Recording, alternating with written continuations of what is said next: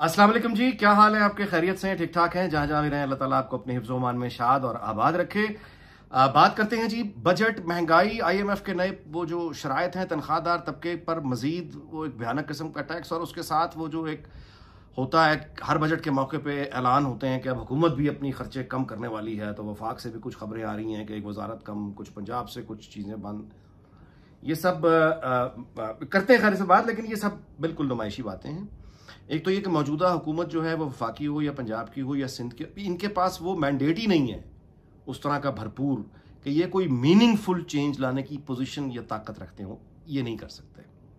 पंजाब में मिसाल के तौर पे अगर वाकई आपने शाह खर्चियां कम करनी है तो GOR1 है। यहाँ जिस दिन कोई हुकूमत आके GOR1 की ये सरकारी अफसरों को मुफ्त जो बैठे हुए हैं वहाँ इनको निकालेगी और शहर से बाहर कोई कॉलोनी के लिए बनाएगी और उस जगह को नीलाम करेगी, उस दिन ये जो SP house, commissioner house, DC house, ये अंग्रेज़ों के जो ये बड़ी बड़ी ये जो सरकारी अयाश कदे हैं, ऐश कदे जो महकूमों और कॉलोनीज़ में बनाए जाते हैं गुलामों के लिए, वो जिस दिन बराए फरोख्त होंगे और ये इंसानों जैसे किसी मॉडर्न नेशन स्टेट के जैसी ब्यूरोक्रेसी रहती है, जब ये उधर ब्यूरोक्रेसी शिफ्ट हो जाएगी ना तो उसके बाद को बात होगी, मतलब बाकी सारी लेवल होती है।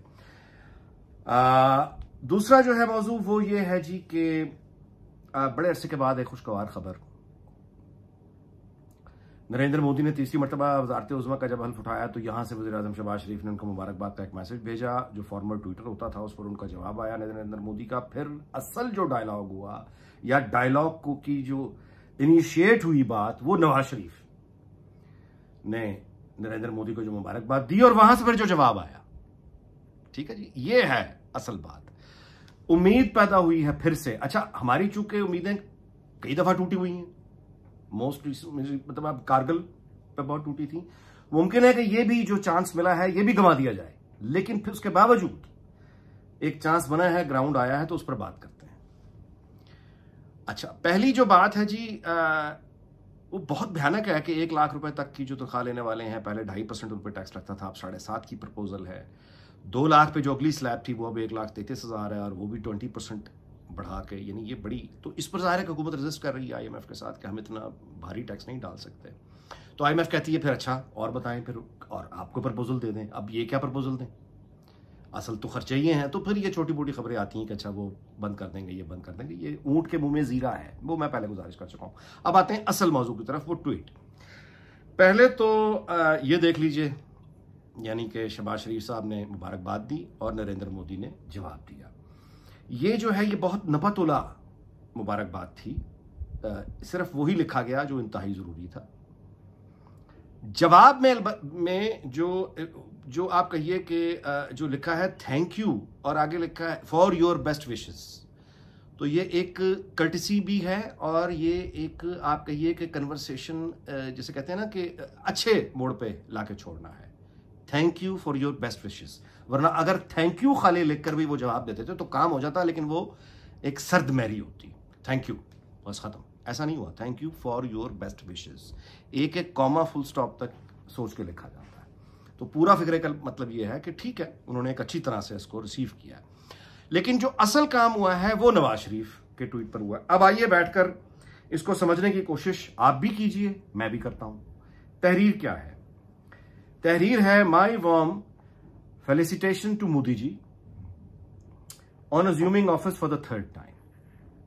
अच्छा, अब यहां तक तो कोई खास मुश्किल नहीं है, मासावाइज के फॉर द थर्ड टाइम। इसमें अब नवाज शरीफ खुद 3 मरतबा वज़ीर आज़म रह चुके हैं, नरेंद्र मोदी अब तीसरी दफा वज़ीर आज़म बना है, तो वो जो एक आप कहिए कि यानी मतलब है तीसरी दफा। अच्छा, आगे चलें। Your party success in recent elections reflect the confidence of the people in your leadership. आपकी जमात की कामयाबी जो भारतीय इंतखाबात में हुई वो रिफ्लेक्ट करती है, यानी उससे यह जाहिर होता है the confidence of the people, लोगों का एतमाद आपकी लीडरशिप पर।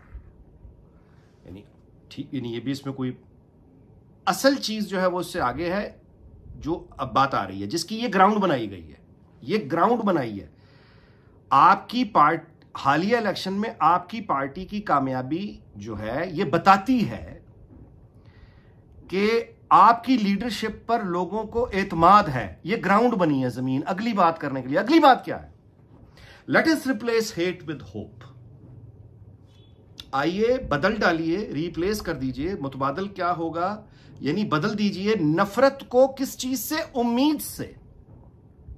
उम्मीद से, यानी होता है ना कि हेट की जगह इसको रिप्लेस कर दें लव से, हेट की जगह रिप्लेस कर दें फ्रेंडशिप से। ये तमाम फिक्र, ये लफ्ज नहीं, इंतखाब नहीं किया गया। अच्छा, हेट को रिप्लेस कर दें ट्रेड से, ये भी नहीं कहा गया। क्या कह रहे हैं नवाज शरीफ? वो ये कह रहे हैं कि आइए रिप्लेस कर दें नफरत को किस चीज से? उम्मीद से। अब ये किसी भी तरह कंट्रोवर्सी नहीं हो सकती, इस पे कोई झगड़ा, फसाद, सियासत, यानी जो फड्डा डालने वाले जो लोग इधर उधर दोनों जगह बैठे हैं, इस पर क्या एतराज करेंगे?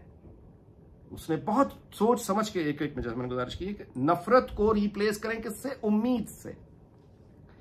एंड सीज द अपॉर्चुनिटी, वक्त को, इस मौके को गिरफ्त में ले लें, to shape the destiny of the 2 billion people of South Asia.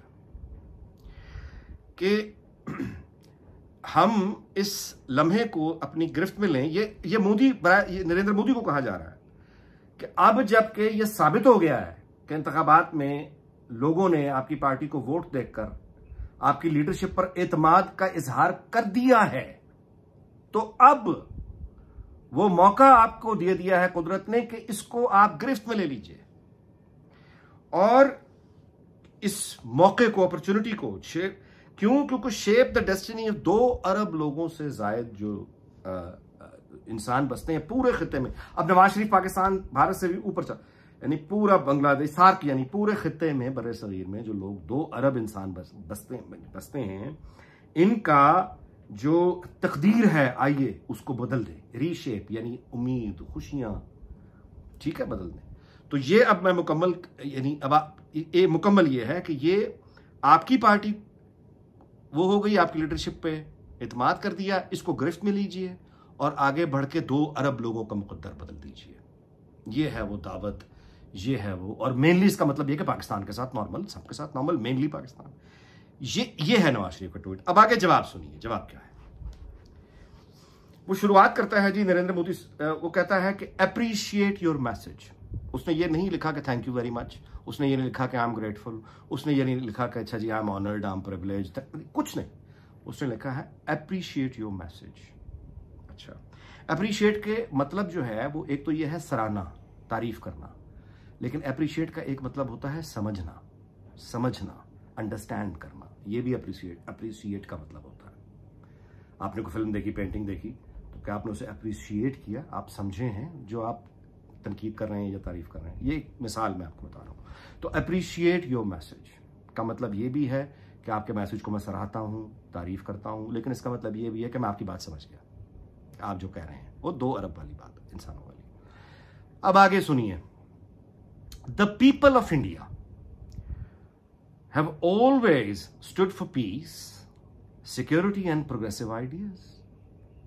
यानी अब नवाज शरीफ ने वहां जहां बात खत्म की थी कि आपके पास एक मौका है, गिरफ्त में लीजिए, 2 अरब इंसानों की तकदीर बदलिए, तो अब वो जवाब, ये उसका जवाब है। मैं आपकी बात समझ गया हूं। इंडिया के लोग हमेशा अमन के साथ खड़े हुए हैं और सिक्योरिटी के साथ, तहफ़्फ़ुज़ और प्रोग्रेसिव आइडियाज, यानी कि नए आइडियाज, आगे बढ़ने वाले, तरक्की पसंद आइडियाज, मफलूज नहीं कहना चाहिए, मतलब फ्रोजन आइडियाज नहीं है।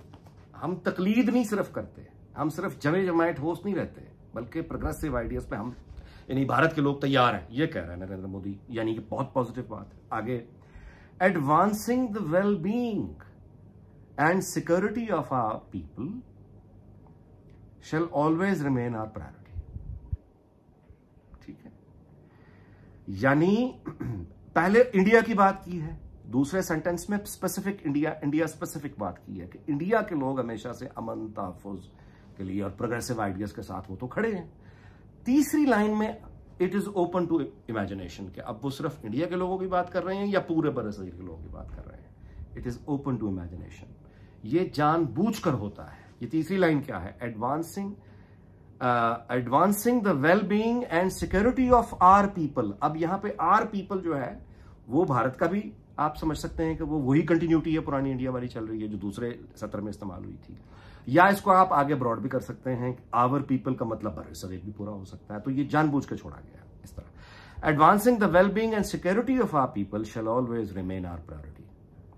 कि जो लोग हैं, अब इसको इंडिया के पस मंजर में रख के देख लें कि इंडिया के जो लोग हैं उनकी वेलबींग, उनकी खुशहाली और उनका तहफ़्फ़ुज़ किस चीज से, टेररिज्म से, किस चीज से, जंग से, उनका तहफ़्फ़ुज़ वो हमेशा हमारी तरजीहात में शामिल रहेगा।